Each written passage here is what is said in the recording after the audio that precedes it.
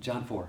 Now when Jesus learned that the Pharisees had heard that Jesus was making and baptizing more disciples than John, although Jesus himself did not baptize, but only his disciples, he left Judea and departed again for Galilee. And he had to pass through Samaria.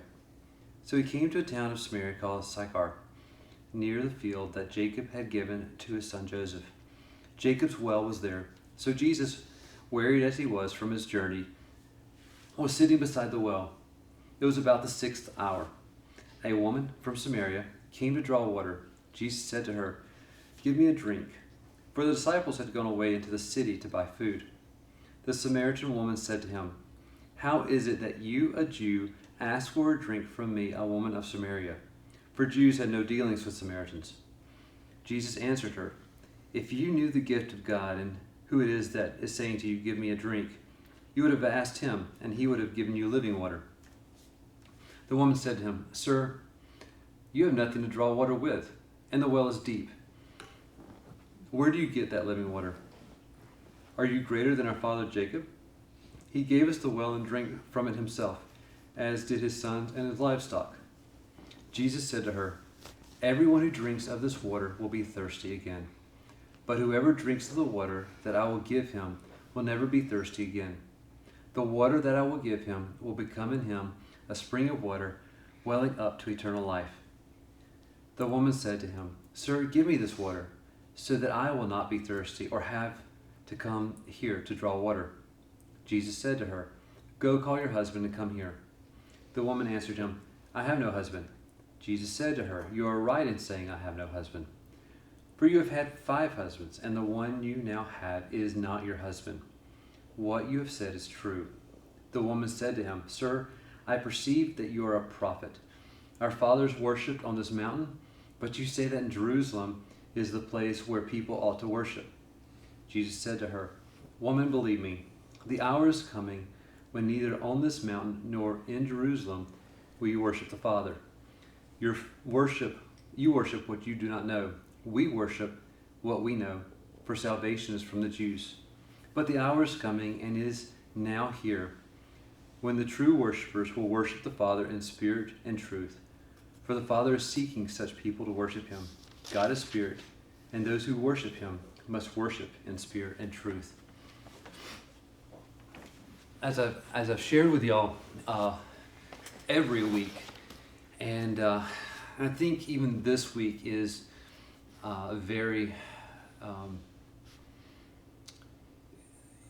is even more appropriate for reading a passage like that. I want to remind you that the reason that we're doing this, the reason that we're studying, is not necessarily to, and by all means, we're not trying to tear down the church for the purpose of tearing down the church. If you listened to last week, if you watched it or participated, some participated, some watched, but there was probably some aha moments, needless to say. It's just some, oh, this is how we got to where we are now. At least we start seeing this path carved out. This week, you're probably going to have more than aha moments.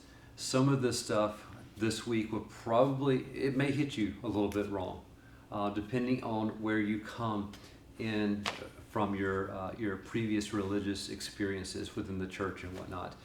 And what I don't want, like I said last week, is this is not firepower for you to go out, cast stones, break windows, and say, "Hey, you're doing church wrong."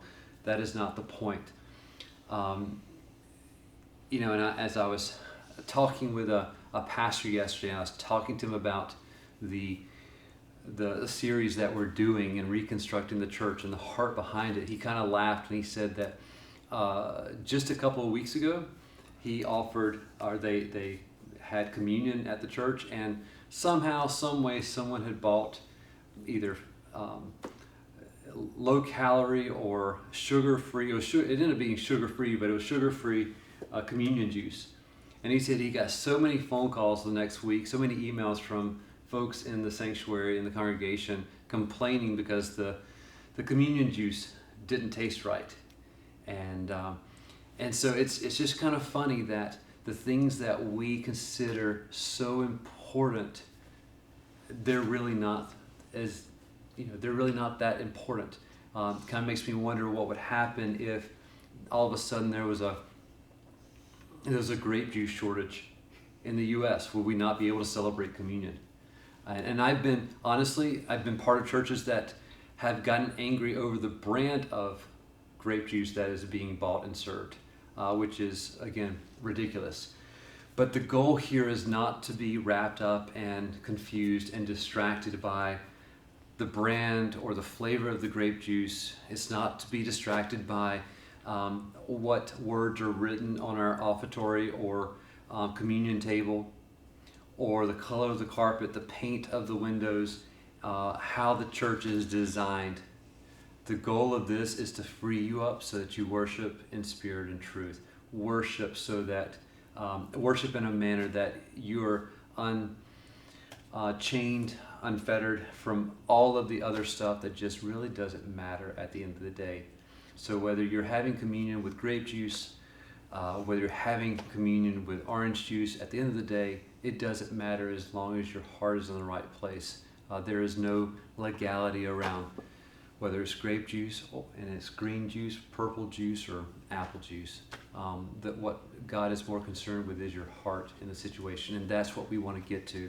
So as we dive deeper into looking at the church building today, and even next week, this is going to be a 4-part series because it's just way too much information. So we're going to look at the building as a whole today, then we're going to look at some specifics next week, and then we'll jump into the scripture that challenges our mindset around this and calls us into focus and to be more attentive and more aware of our surroundings.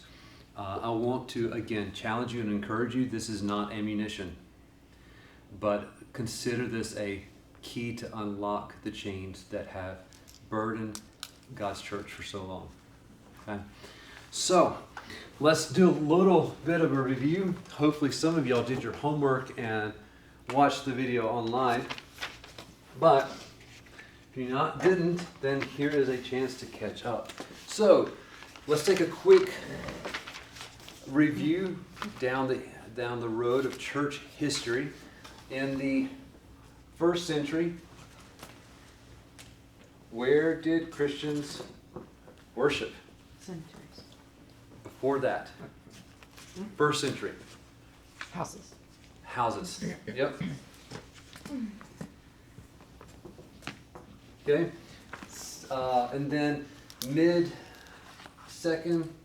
we're just going to put second, to early third. Then where do they worship? Cemeteries and houses. Yep. Not seminaries, but cemeteries. That was the 4th century. Second and third. Cemeteries. Seminaries was the 4th century. Yeah. Second and third, cemeteries and houses.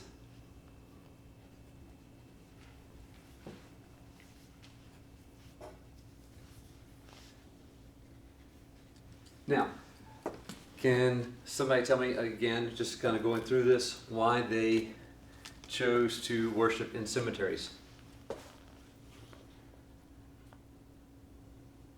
To pray for the deceased.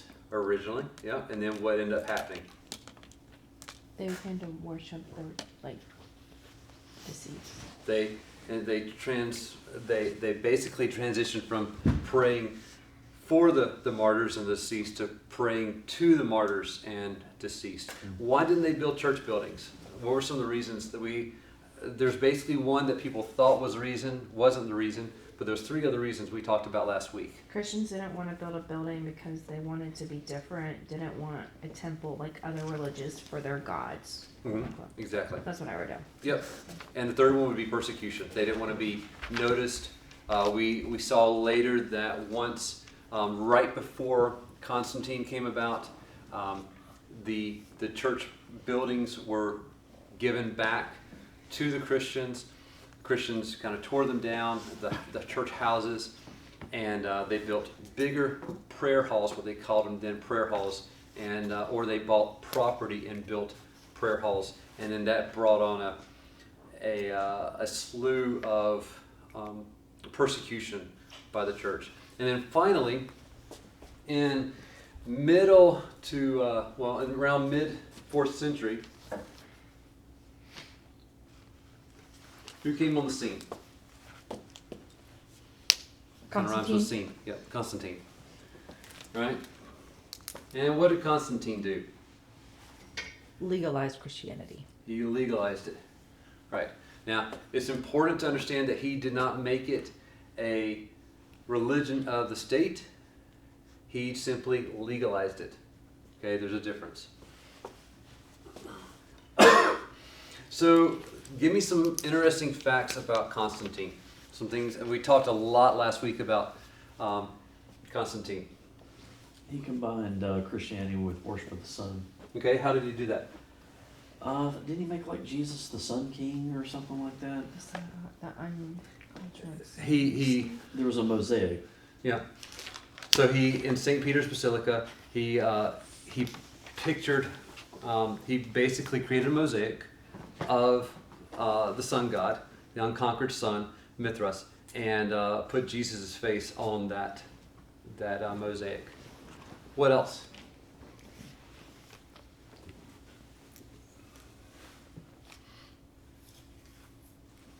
Can you come up with Sunday? He came up with Sunday. Yeah, good job.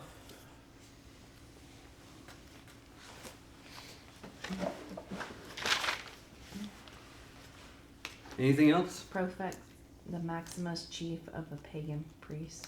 Okay. This is also given to the Pope today. Yeah. That's what he gave himself. Is that Yep. Title. The title. Yep. Very good. Pontifex Maximus. And then what did him and his mom do? Do you remember? What did they, especially her, but what did they together make really popular?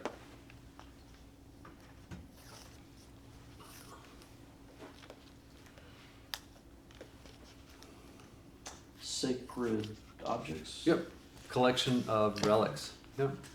Okay. So what we're going to do is I've got very limited real estate up here. So I'm going to kind of keep a timeline on the left over here. We're going to go through about 1,000 years here in the next hour. And then I'm going to kind of draw us a church building on the right, and we're going to see how that building transforms. So imagine watching a video on YouTube and you see all these dates and you see a picture transforming. I'm going to do that old school style and just whiteboard and eraser, okay? So let me go ahead and start off with a building here. Again, small real estate. So I'm going to maximize my space as much as possible. So in the 4th century, okay, again, Constantine, I misspelled his name, but there we go. In the mid 4th centuries, they keep in mind that we talked about the buildings that Constantine built were on top of essentially the grave sites of martyrs. They were very sacred buildings, so he's basically created a building campaign, okay, and used state dollars to build these buildings over shrines, okay. The first thing they built was this area out here, and I'm just going to put the temple just so that you know what I'm drawing, and if I get in your way, let me know. But out here, there was almost an atrium or a portico. And now I'm writing small, but atrium or portico. And then they would actually put a fountain out here.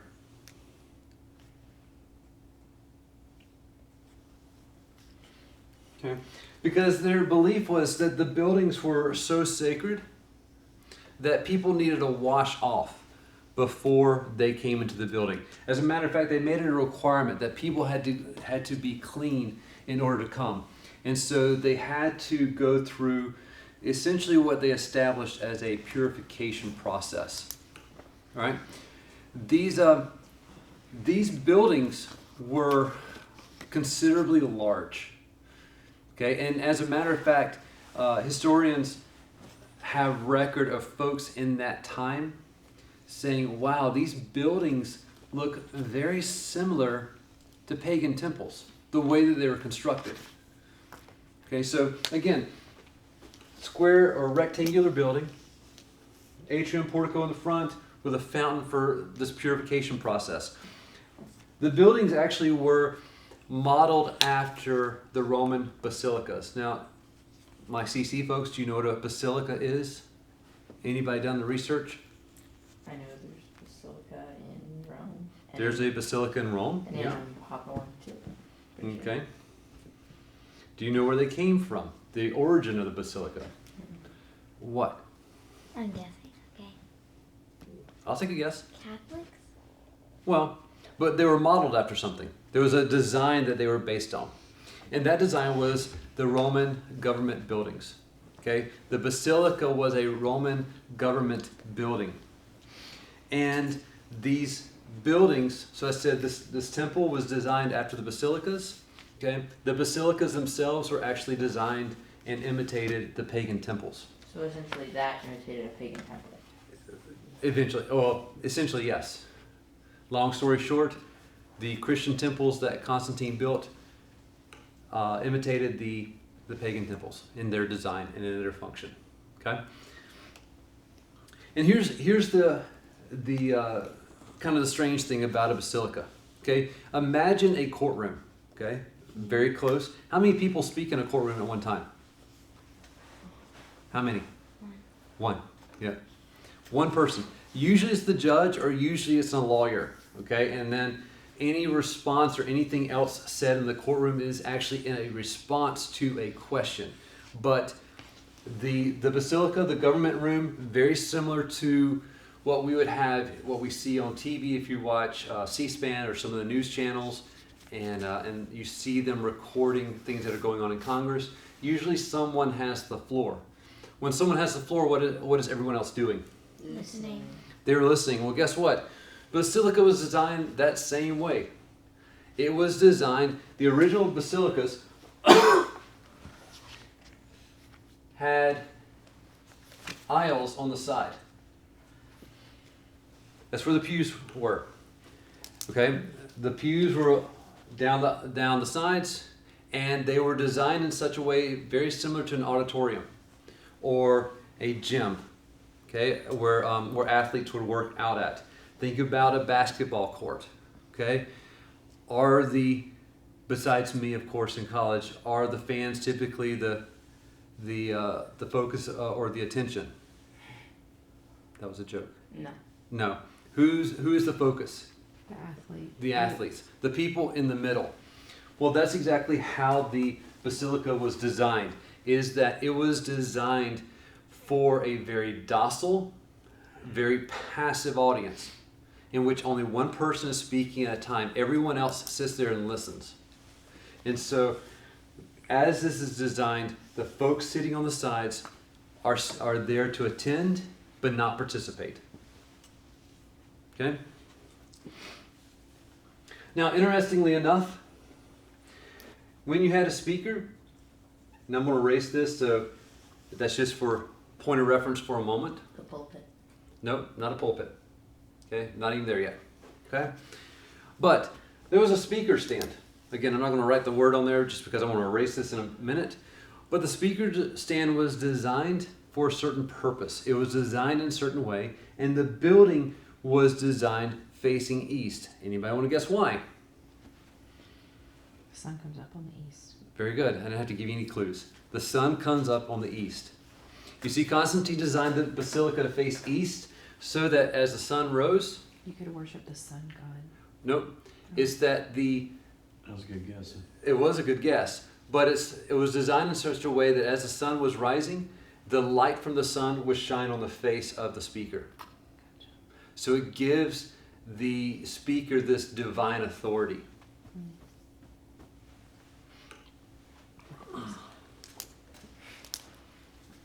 So here's an interesting fact. Okay, when I was growing up, as I grew up, I was always told that churches face east because that's the direction that Christ is said to be returning from. Not the case. Churches face east because of their roots from the Constantinian basilicas. Do all churches face east? Traditionally, churches do. Most of your traditional churches, especially the older churches, now not so much today, a lot of the modern churches are starting off in strip malls. They're building their own churches and whatnot. But a lot of the traditional, not even Baptists, but even a lot of the traditional churches were built facing east. And it was a huge thing. There was almost no question about which direction the church is facing. Which side would face east? The speaker would be facing east. So the sun would shine. Exactly. So the sun would shine in through the windows and shine on the speaker's face as he's facing the congregation.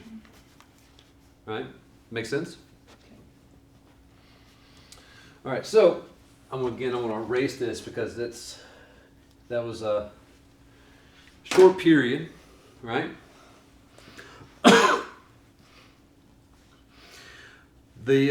Just like the Roman basilicas for the Roman magistrates, there was and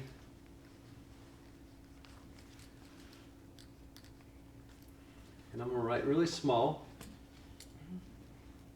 There was a stage there, stage in front.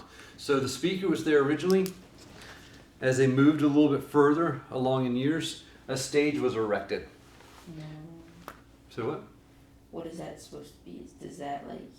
What? This? Does it stick Well, out I know of it's church? a stage, but like, does it go into the wall like that? It does. So again, I started off with a square building. It wasn't exactly a square building. I'm adding to my picture. Keep in mind, I'm transitioning here. So adding a little bit at a time. All right. So there's actually a dome-like structure on the outside, a curvature, if you would, in the wall. All right. And this curvature, some of the temples that you would see if you were to visit Rome today, you'll see they also have one or two may have one on the side as well. Okay. But the primary stage was in the front, and it was elevated at least by a couple of steps, if not more. So the stage was always higher than the listeners. The pulpit, essentially what became the pulpit, was always higher, elevated above the listeners. Now, in this area, I'm going to draw red, just to go across here, okay, is that the stage is there in front, but what's actually behind the stage and a little bit in this area, which we'll get to in a moment, is the altar. Okay, that's early on that was the central point of the church, the most holy place in the church. But in front of the altar, where I have my little dashes here, was either a rail or a screen. Right? And the purpose of the rail or the screen was to separate the altar, i.e. the most holy place in the sanctuary, from the rest of the people. Now let's take we don't have to look far into Scripture to figure out the erroneous idea of this. Think about what happened when Jesus died on the cross. The curtain was torn. The curtain was torn. But look what they just did. Put it back up. They put another curtain back up. Okay? So this curtain was established and said only the clergy could go behind the curtain and go into the most holy place. In that most holy place, early on, it changed, and we'll get to this, but it changed later. Right now, early in the mid-4th century, the altar was the most important area or important part of the church. The altar served two purposes. It could have been a table, but most of the time it was a chest with a lid on top. Inside the chest were relics, collected relics. That's why we talked about it last week. As a matter of fact, I told you last week that Constantine believed that, Christianity was not a legitimate faith until they had what? The building. A building. It just so happens he also believed that the building was not a legitimate church unless they had relics. So you couldn't just spin up a building and say this was a Christian building or a Christian church. It had to have relics in there. They stored the relics in the altar. That was the first purpose of the altar. What is an altar? It is a chest. Okay. Okay? Usually a table-like structure. It was that large. Remember Indiana Jones' Temple of Doom? You know, they move the chest, and Indiana Jones, they take the lid off and all the ghosts or whatever. It's something like that. Okay? Relics are stored on the inside.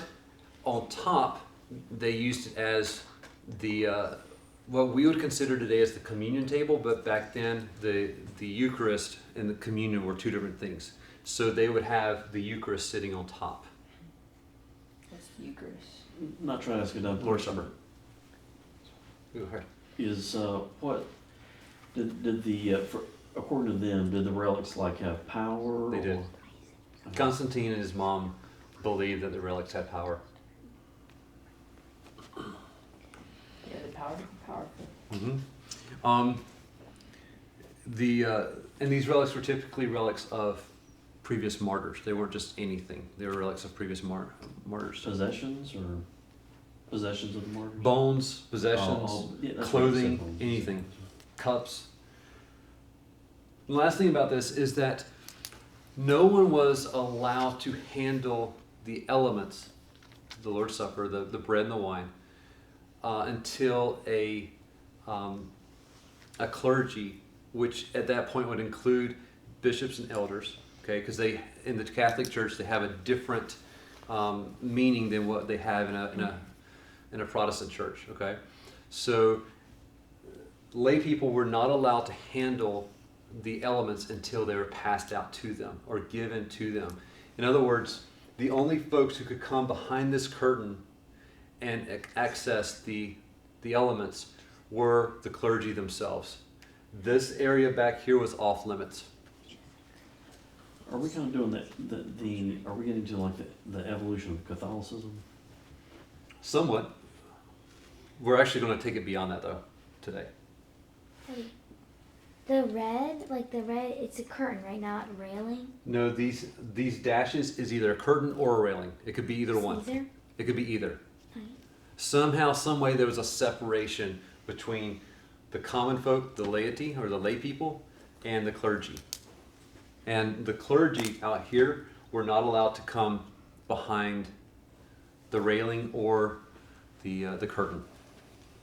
Make sense? And the clergy was a bishop or an elder. Yes. Or priest, bishop, or elder, yes. All right. Carrying on. That must have pleased God a great deal that men were building back what he abolished. Oh, I'm sure. I'm going to make my stage a little bit bigger. I'm going to leave stage off just so I can draw on it a little bit.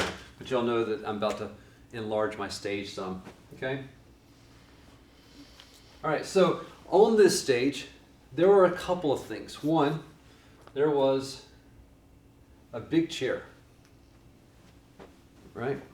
Now, for those of you who've grown up in traditional churches, maybe not the younger folks in here, but some of the older folks, this is going to start bringing back some memories if you haven't started seeing memories already, okay? This chair, known as the bishop's chair, is called the cathedra. Can I ask you a question? Yes, ma'am. So as you're drawing this, all I can think about is Westminster Abbey. Possibly. Yeah, because all I can think about is if you've seen a royal wedding, how everybody's on the side, and they go up to the front of the altar, and then they have to go behind something in the Catholic. Mm-hmm. So is this similar to that? Very similar. Okay, sorry. That's all I can No, think you're about. good. You're good. As you're drawing, all I can see is Westminster Abbey. Yep.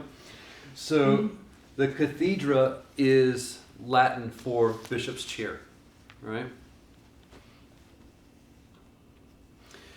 And then part of Catholicism, and a term that was often used at that point, and I'll put this in parentheses, but it's ex cathedra. It's still a term used today, and it was a phrase used often back then, but it's still not so much used today, but it's still occasionally used. And it simply means from the throne. So cathedra by itself means bishop's chair. Ex cathedra means from the throne. And what it was communicating was that the bishop, when he preached, wasn't a traditional sermon. It was more of a teaching style at that point, but he taught, in reality, from his throne. Okay? Keep in mind what's going on. It's designed so that sun is shining on the bishop as he's speaking. And so you can imagine, all right, and there's a lot of irony here. Imagine what's transpiring, what's taking place. In a matter of 400 years, Christians meeting inside their home, wanting and desiring and passionate about being different because they did not want to be associated with any other religion, is now almost setting the priority of church aside, i.e. Jesus, and elevating a bishop. Mm-hmm. That's what's actually happening. And they're okay with this because keep in mind, they're getting money and they're getting recognition from the state. For so many years, 200 years or so, they've gone through various levels of persecution, starting with Nero and the burning of Christians in the first century. And then we talked about Dionysius last week, setting the stage for Constantine to come in. Dionysius having the worst persecution of Christians since Nero. And so they're enjoying this. So they're welcoming this in. It's seeping into their belief system. The cathedra was the biggest chair in the house. High chair. No, it wasn't high. It was just large. Okay? I'll get to that in a minute. It'll make sense in 1 second. Give me one brief moment. The power and authority rested in this chair, and it was often covered with a white linen cloth. Now, I don't know about you, but I very seldom have seen a chair in church covered with a white linen cloth. But what have you seen covered in church with a white linen cloth to separate? We no longer have a veil in our traditional churches, but we do have a white linen cloth separating something else. You've never seen this, I promise you, because you're too young. The communion table? The communion table. Yeah. What we've done is we've taken the communion table and put a white linen cloth, and again, younger folks have not seen this. I have. Okay, maybe you have. I apologize. But a white linen cloth over the communion table to separate it and until who passes it out? The bishop The or pastor. the deacons, The- or depending on what Priest. Exactly. church you've gone to. Exactly. Until some form of clergy has passed it out to folks. And then finally, there were, my drawing is not to scale, I apologize, but what you've probably also seen in some of these videos is there's then a row, and either it's on some of them had it on the parallel to this chair, some of them had it to the side over here. But it was basically a row of elders and deacons. Would they sit in front of it or behind it? They would just sit to the side of it. Because here's the other thing. I'm not going to draw it on here, but what you may be, and I'll erase it in a minute just so I can take up some more room. But in our traditional churches, if you have your stage and you have your pulpit, which we haven't gotten to the pulpit yet, but what you may see is a large chair with smaller chairs. Mm-hmm. Typically, your pastor is sitting in this one, or the head pastor, and then you either have a music pastor, a music minister, a youth pastor, an elder sitting on either side. Mm-hmm. It's the same thing, same concept. And we still practice it in churches today. This whole dynamic is still practiced in churches in America today and elsewhere across the world. As a matter of fact, there are part of some traditions of church plants actually have a budget set aside to buy these chairs and to buy the communion table as part of a church plant. In other words, they legitimatize the church once they have those elements brought in. Maybe we're not storing bones or relics anymore, but we still elevate these items within the church.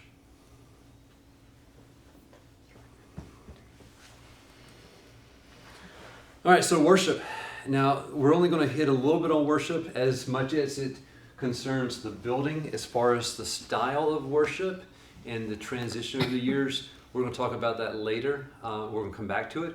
But as it involves the church, so keep in mind back then who had the highest priority in the church, and it wasn't the priest. Who had higher authority than the priest? Bishops or popes? Even above them? God. Nope. Well, Government? yes, but Yeah. who in the government? Emperor. Constantine. Emperor. Constantine. The emperor. Okay? So whenever the emperor came into the church, it was always huge fanfare. Mm-hmm. They celebrated the emperor's attendance in the church. After all these years, 200, 300 years of persecution, now the emperor Constantine has legalized Christianity. And so when him coming into the church, there was a lot of fanfare, a lot of excitement. And often what they would do is they would burn candles, even if it's not in the church. Even if he's coming into a party, if he's coming into a government event, there was two things that always went before him. Some type of light, typically candles back then. And they also had basins that they would carry with fire in them that they burned aromatic spices. So Catholic. That's where it came from. So, because that's what the emperor did, that's how the emperor proceeded into a government building and sometimes in the church. Roman Catholicism adopted this practice for their priests. So when a priest comes in, he is led by some type of fire, typically a candle, and typically some type of herb or aromatic spice, incense is being burned because they're celebrating the arrival of someone incredibly important.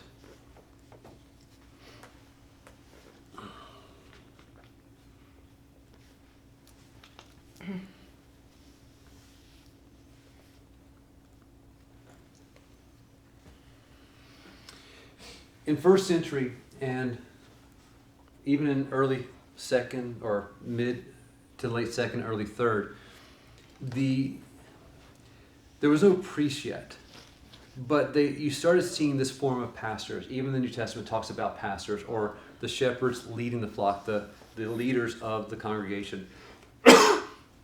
Keep in mind that the teaching in the New Testament is, and I've shared this with y'all before, the pastor is no one different. There's no elevation of pastor over people. There's only one head, and that's Jesus Christ. We're all equal under that. And because of that, the pastor never saw themselves different or never saw themselves as other than or higher or elevated. But in this period, in mid fourth, going into fifth century, so late 300s, okay, we also saw a change in the dress code of the priest. The priest started wearing clothes to match high-ranking government officials. And the color purple was only allowed for high-ranking government officials. It was royalty. And so, and you would be arrested if you were caught wearing purple. But the priests were allowed to do that. So it was also very advantageous for someone to be a priest. It was very enticing because there came with it a certain level of social status.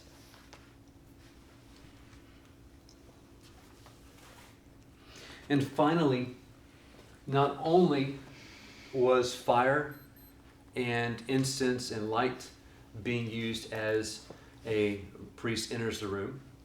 But we also see this as emperors are marching down the street.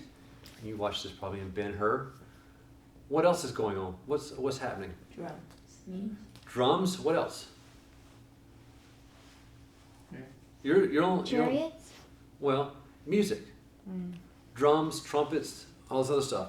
So what we also see is not only the lights and the incense being burned, is processional music as the emperor, but then also the priest coming into the sanctuary.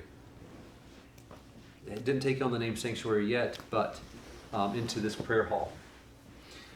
Well, this is the introduction, and we'll get to this later when we talk about worship, but this was the introduction to the choir.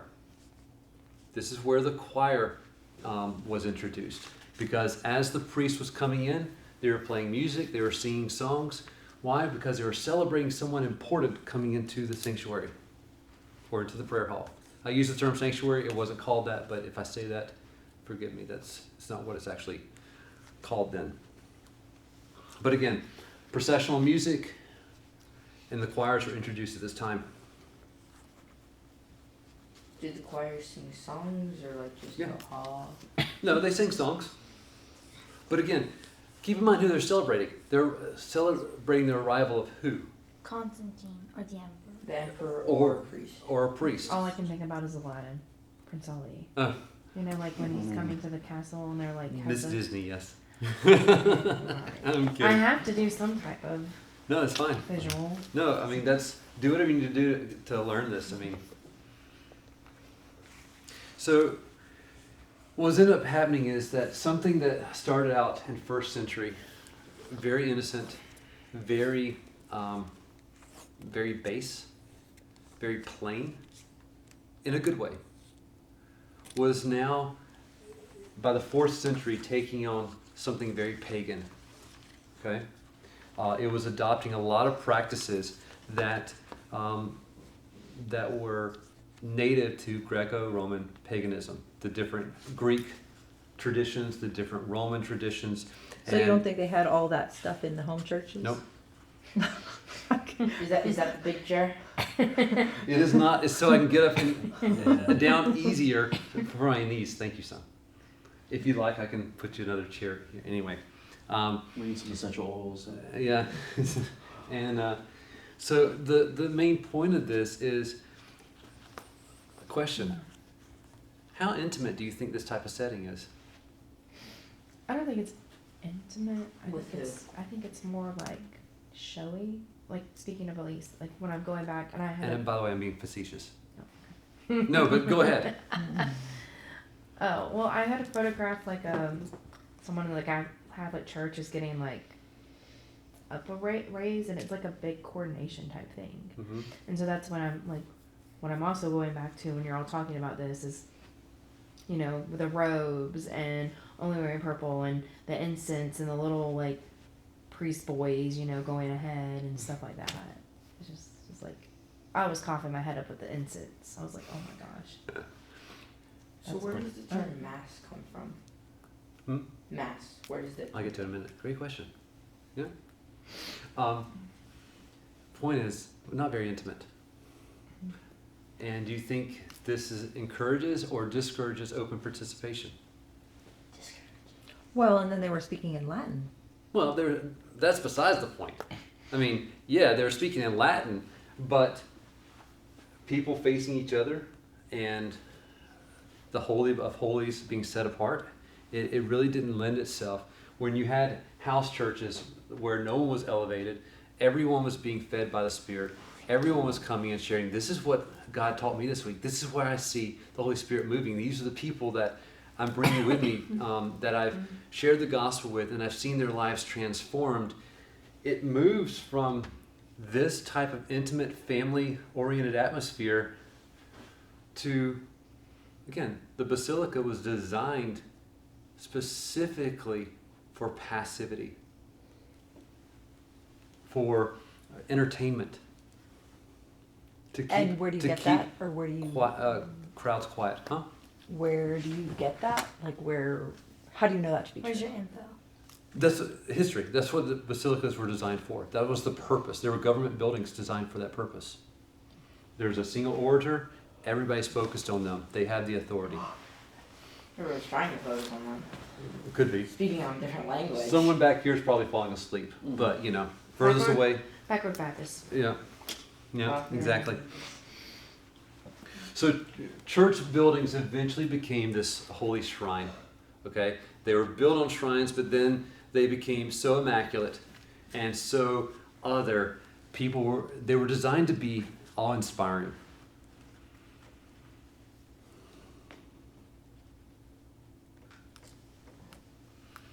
And then,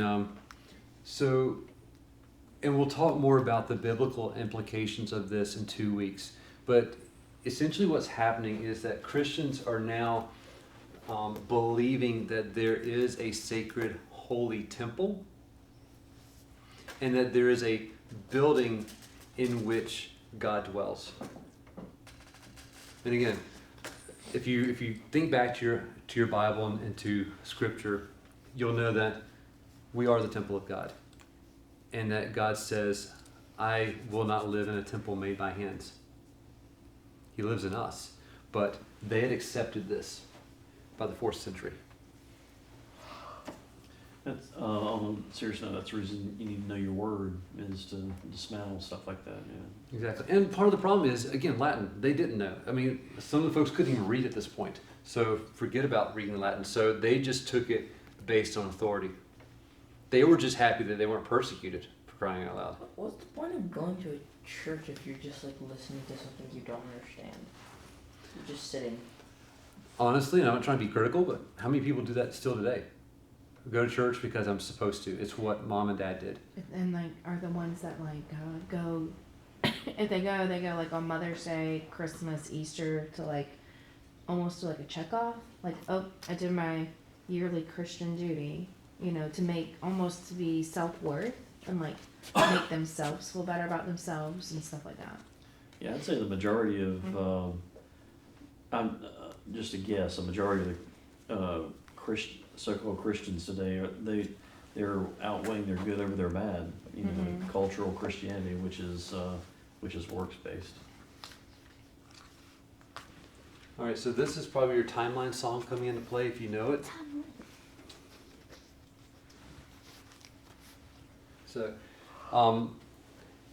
there's a little bit of a question around when the Byzantine Empire began. It could have, who? Say his name? Justinian. Byzantine Emperor Justinian. Justinian, yes. But we don't know exactly if it began before Constantine's birth or right before he died. So it's just accepted somewhere in the early 300s that Byzantine Empire started and ended at 1453. So Constantine lived in this era. All right, and I'm going to run through this real quick because this stuff isn't important, but what you're going to see is that there's a transformation that happens over this. So we'll fast forward this and run it twice the speed.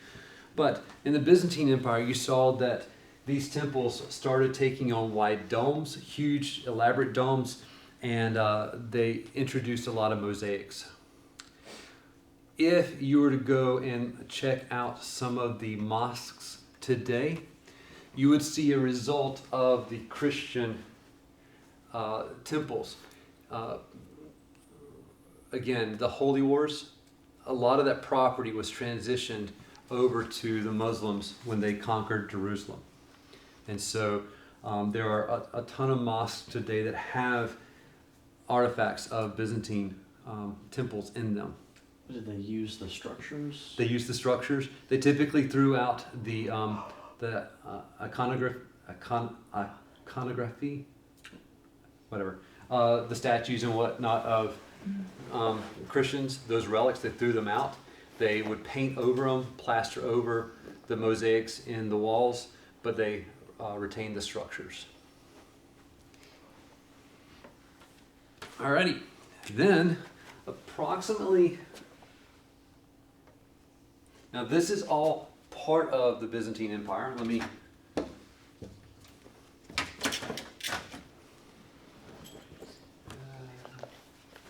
think it's, yeah.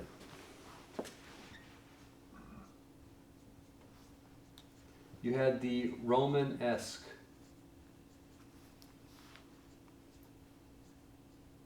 period. All right? And what we're talking about here is, again, everything obviously Romanesque is inside the Byzantine Empire. We're not talking necessarily about the empire itself or who's in control. We're just talking about architecture design. So I'm sure your dad would know a whole bunch of stuff about changes in architecture. But what we saw here is that now these church buildings, these temples, started being built with 3 stories, huge columns, arches supported by the columns, and they had colorful interiors. So instead of just the plain walls, they were now introducing paint, colored stones.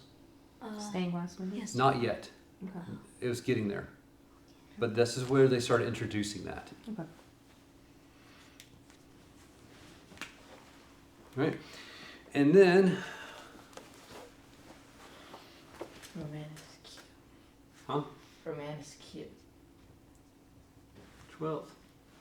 And I'm just going to put 12th, but 12th century to 16th is the Gothic period. Or everyone's wearing a lot of black. I don't know if it's that.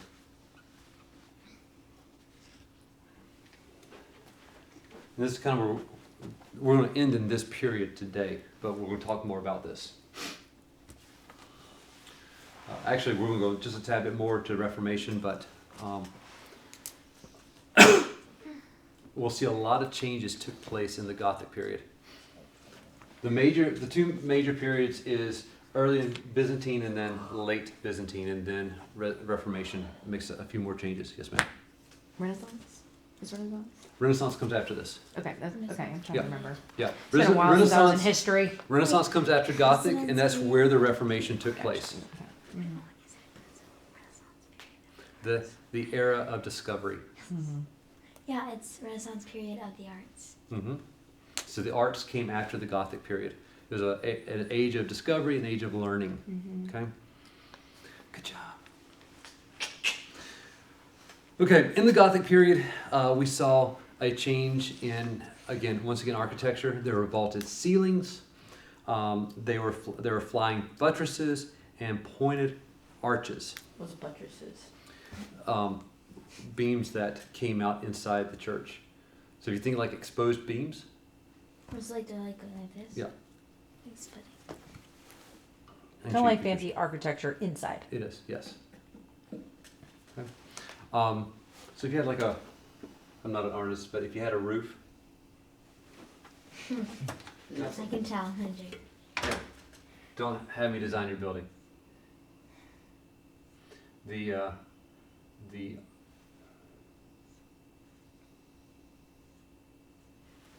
arches that come up. Mm-hmm. I can see it better in my head than I can actually draw it, but Okay. all else I fails, just Google see it. 2 intersecting. Yeah. And guess what else took place? What we officially now have in the Gothic era? Cathedral. Cathedrals. This is where cathedrals came about. So cathedrals were named after cathedra, the bishop's chair, but they weren't actually known as cathedrals until the Gothic period.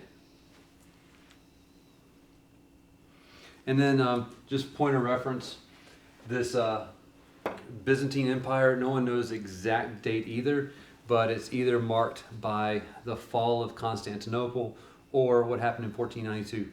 In Columbus sailed the 1519, ocean blue. Columbus made the first port ships. to Exactly. European So those are kind of the dates that the Byzantine Empire ended. But again, there's some fluctuation there. Yeah. All right. Yes, sir. I also find it interesting that in German, Dom, which is just D-O-M, but it sounds like dome, it translates to cathedral. So I just thought that was kind of interesting how they usually have like a dome for the cathedral. Yeah. Cool. All right. So now we get to stained glass. So it was in the Gothic period that stained glass was introduced. And they introduced it for the purposes of majesty and splendor. Okay, they introduced it to heighten the senses. So the idea was when you come in, and now you not only have a single light on the speaker or the bishop, now you have light penetrating throughout all the windows, different colors, and they weren't just plain colors either. They were really bright and really dark, and they did this in order to give you a sense of depth, a sense of awe, to make you feel like you're in the presence of God when you come in. And they wanted to give you a sense of transcendence. They also built the cathedrals with essentially what were spires, not steeples yet, but spires. And the reason they did this Is was the spire that staircase goes like this? not a spiral, a spire. What's that? Inspire. Typically something like this. For lights? No. Oh. It's just kind of like this is the building, the top of the building. Oh, okay. And gotcha. then something like Is this. that Washington D.C.? Does it have like that? Mm-mm. It's like, think of a steeple. So it could be like this. It could also be Like the steeple. very much like a steeple. Okay? It's not a steeple yet. Google would be your friend in this. It could help you, give you better pictures than I can draw. But they based them on the idea of the Egyptians and the Babylonians. Okay? So what do we know of, what did Egyptians build? The pyramids. Pyramids. What did the people in Babylon build? A pyramid. No. Well, no, Tower. A tower. A tower. Sorry. Because these people believed that the Egyptians and the Babylonians, to be specific, believed that they had the ability to rise up or to come up to the level of the gods. Right? And then didn't he change their languages? He did. Early That was Babylon, yep. But it gave them the feeling that if they were coming into this very colorful, very rich feeling, very tall, keep in mind, these are huge buildings, very tall building, it gave them a sense like, oh, I'm in the presence of God. Mm-hmm. This is what church is supposed to feel like. Oh, goodness. Huh? I'm in the presence of God. And to piggyback off this idea, a guy named Plato, not the guy who played with rubber-colored stuff that you make spaghetti out of, but Plato, a philosopher, just make sure. Plato taught that sound, lights, and color did wonderful things for the senses. Do they? Yeah. Yeah. And so therefore, he taught this and churches incorporated it. Too bad he wasn't introduced to fog machines yet. I mean, that would have just blown his mind. That's 4D. Yeah, totally. So they're really not doing that much different today. They're really not. They're using light, sound, and color. And if you think about how far we've even gone from the words of worship. I remember, this is pre-technology days, but at one point we'd print them out and hand them out. Worship songs were printed in bulletins, okay? And then in college, we didn't have a printing budget, so what we did was we printed them out on these things called overhead projectors. I'm not sure if you've seen them, but it's basically a plastic, no, not you guys, them, but it's a plastic sheet that had the words printed on them, and then you lay them on top of a table to shine light through and project them on the wall. There was no fancy colors to them. Then it was, amazing once we were able to put them on PowerPoint, just save them over and use them. But now think about where our slides have come today. And I'm not discrediting them, but think about the backgrounds. And all the, I went to one church here locally that I will not mention, but the backgrounds, so much changing in the backgrounds was so distracting. I couldn't even focus on the words because it was just too much noise. Or they have it to where it looks like it's like going into space, you know, like because of the PowerPoint. Yeah. I can remember when, this is early on, I don't know how long ago, but when they first started doing, like, they would show the words and then, but at the same time, they would show the band or whatever, and it was extremely distracting early on. Or whatever, so. Yeah, but just think about how complicated our worship has become. And they started doing this in the Gothic period because they wanted people to feel like, again, that they were elevated, that they were in the presence of God. And there are so many churches today, very well-known churches, that talk about, we want to build the experience. We're all about the experience. And this is exactly what these churches were doing. Song Hill. We're not going to name any names, but that's exactly what the churches were doing. All right, I got 2 more pages. Actually, 1 more page, and then we'll finish for the day, and then we'll jump back on it next week. So, 16th century went to Gothic, and then 16th century, what happened, Caroline? What came after? You already said it. I don't know. Renaissance. Oh, Renaissance period. Yeah, Of but- the arts. It doesn't really have much to do with the church as much as specifically within the Renaissance we had the Reformation.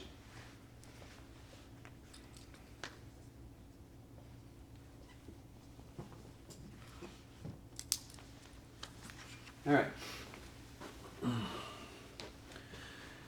Now, the Reformers were previously priests who they reformed, they broke away from the church, but essentially what was given to them were the church buildings in which they were priests over. So when they broke away, they kind of inherited the buildings themselves. Now, they didn't agree with a lot of this stuff. They understood that this isn't biblical, okay? But there was only so much they could do. Why? Well, because if you look at the history, the church had been through this for about 1,000 years now, almost a millennium. And so them trying to change the mindset of people was going to be very difficult.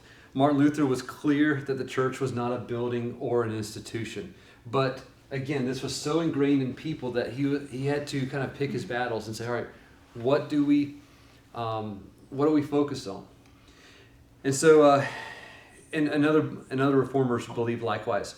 But here's the fallacy, if you would, that the reformers introduced. They couldn't change everything, all right? But what they did believe is that people could not know God or grow spiritually unless there was someone preaching the word to them. It was impossible for someone to grow spiritually or know God unless essentially there was a preacher. So literacy was not common. It was not common. What's literacy? Being able to read and write. Particularly read, but read and write. And so what did they do? They moved the pulpit out here in front of the people. Okay?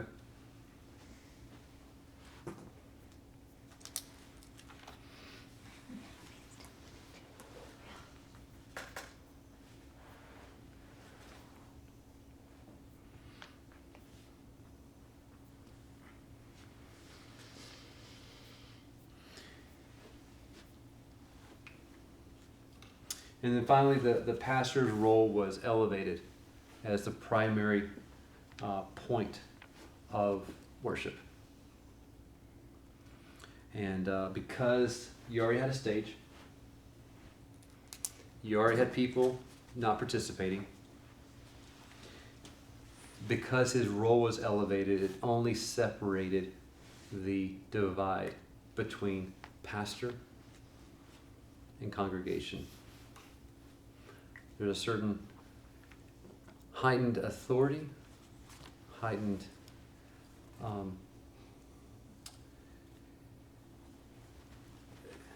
seniority,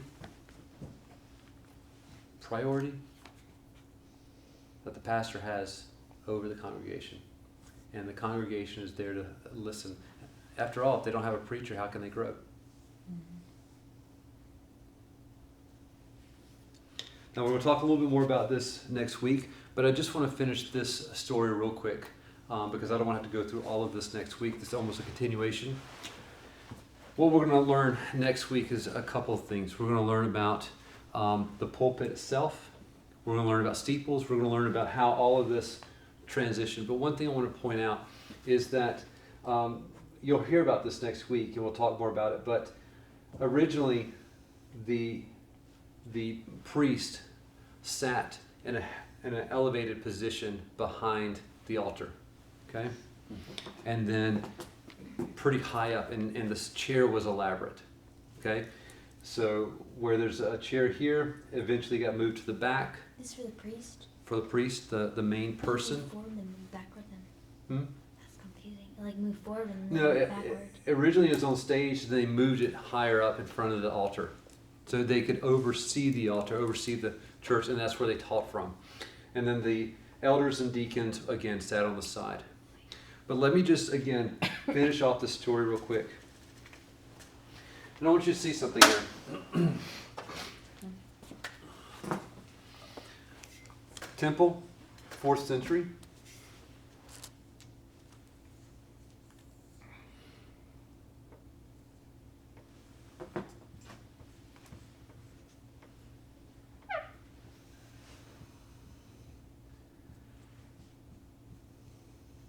One thing that we're also going to talk about next week are balconies and how they came about. But then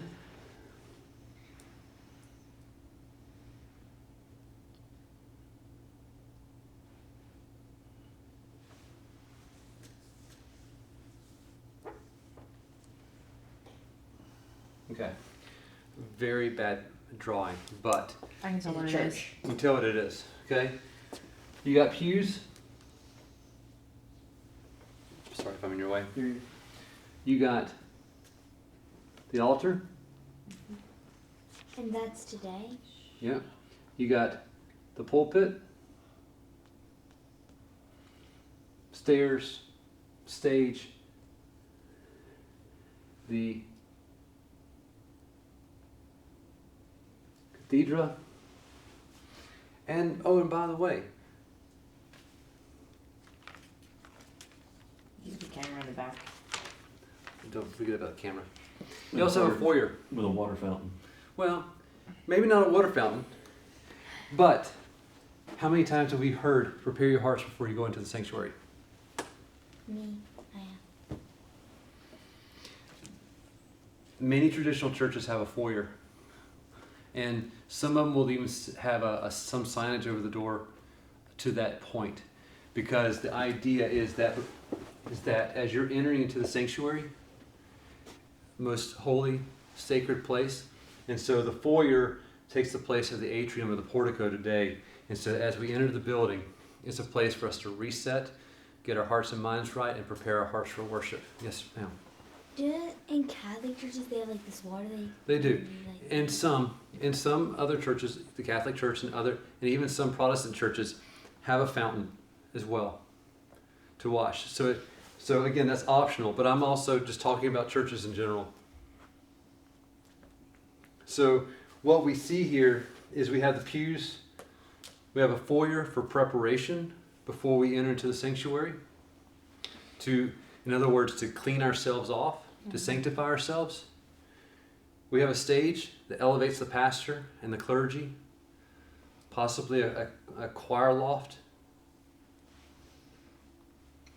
We have the cathedra and other chairs around it. The pulpit. And hopefully what you see, y'all, and again, not throwing stones, but there's very little difference in the Roman Basilica, the temples that were fashioned after Greek and Roman government buildings, and our modern churches. They're designed the exact same way. And traditional churches are still pointed east. But this one's not. Any closing thoughts? Again, we'll get into some specifics. We didn't cover worship this week. We'll cover it later on. The actual worship itself, we talked more about the positions of worship today. We'll talk a little bit more about specifics next week, and then we'll get into the scriptural aspects. Any thoughts? Anything that comes to mind? How does this, I mean, this is probably not something you can answer in 30 seconds, but how does this compare with how God outlines what his temple looked like in the Old Testament? Well, in the Old Testament, and we'll get more into this actually in 2 weeks, but in the Old Testament, it was a place. He had Solomon build a place for him. It was the only place made by hands, because originally there was the tabernacle that moved with the Israelites while they're in the wilderness. They would pack it up, they move it, and he moved with them. Then Solomon established a permanent temple. Jesus came in when he basically said, again, we'll look at this in 2 weeks, but he basically said, I'm going to destroy the temple, and in 3 days I'm going to rebuild it. The Pharisees had a problem with that. They said, you can't destroy the temple of God. Christ was talking out of both sides of his mouth, essentially. He said, I'm going to destroy the physical temple, and I'm going to rebuild the temple, my church, within the people themselves. Mm-hmm. So how this conflicts with Old Testament, New Testament, whatever, in short, the temple is not a building. The temple is us. We are the temple. I never made that connection about the second part, about the rebuilding of the temple in us. Mm-hmm. Baptism pool? Because, I mean, like the Catholics, you know, they have that whole little, Mm-hmm. it's in the, some are in the front, some I've seen it like the sprinkle, or you know, where they do the baby's Christening. christening. Yep. Yes, thank you. Yep. So baptism, again, was as we talked about last week, was an important part. But believers knew that baptism did not save. And we profess that today. Mm-hmm.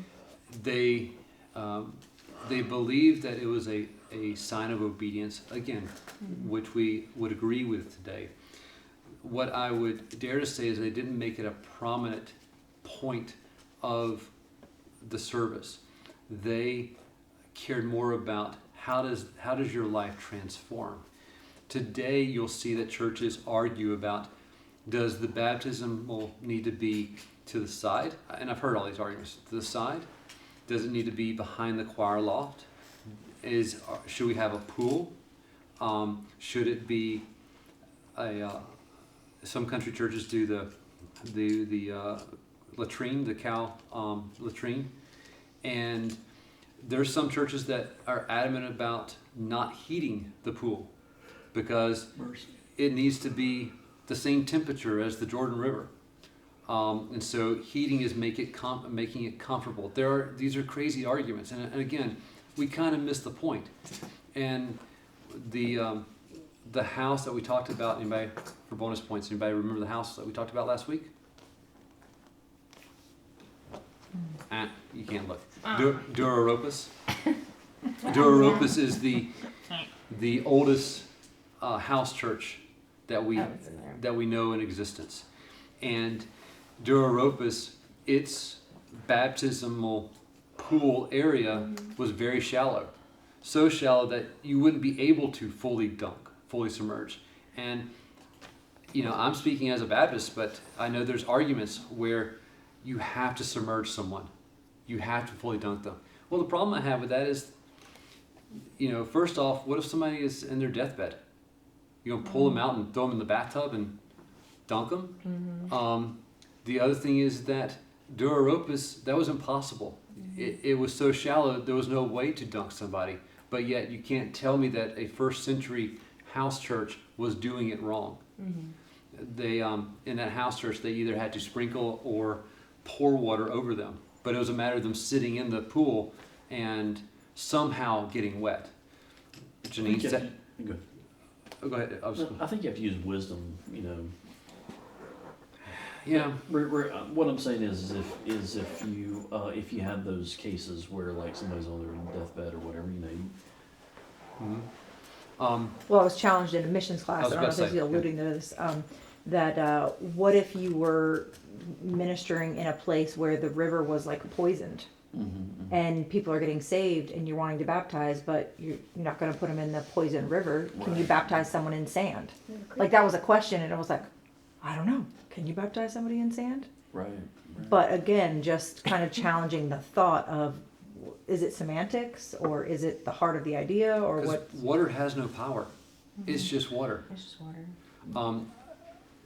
Not to accentuate the point, but I read an article this week, and I didn't read it, sorry, I read the synopsis. But apparently an Indian holy man was demonstrating that a river, a holy river, even though it was extremely polluted, the holy river would not hurt him if he drank water out of it. So he took a glass of water, drank it, and to demonstrate that the river was holy, even though it was polluted, and because it was holy, it would have no effect. He was hospitalized a couple hours later.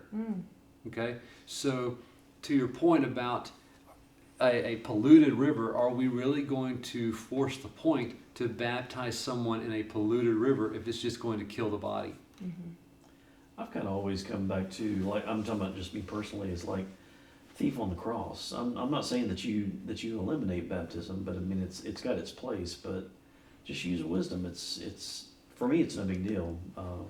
But I don't mean baptism is no big deal, but what No, I understand what you're talking about. yeah. And that's kind of the point of all this. It's like, you know, there's going to be enough battles that we have to pick and fight. But fighting over if grape juice is sugar or sugar-free is dumb. It's very childish, and we miss the point.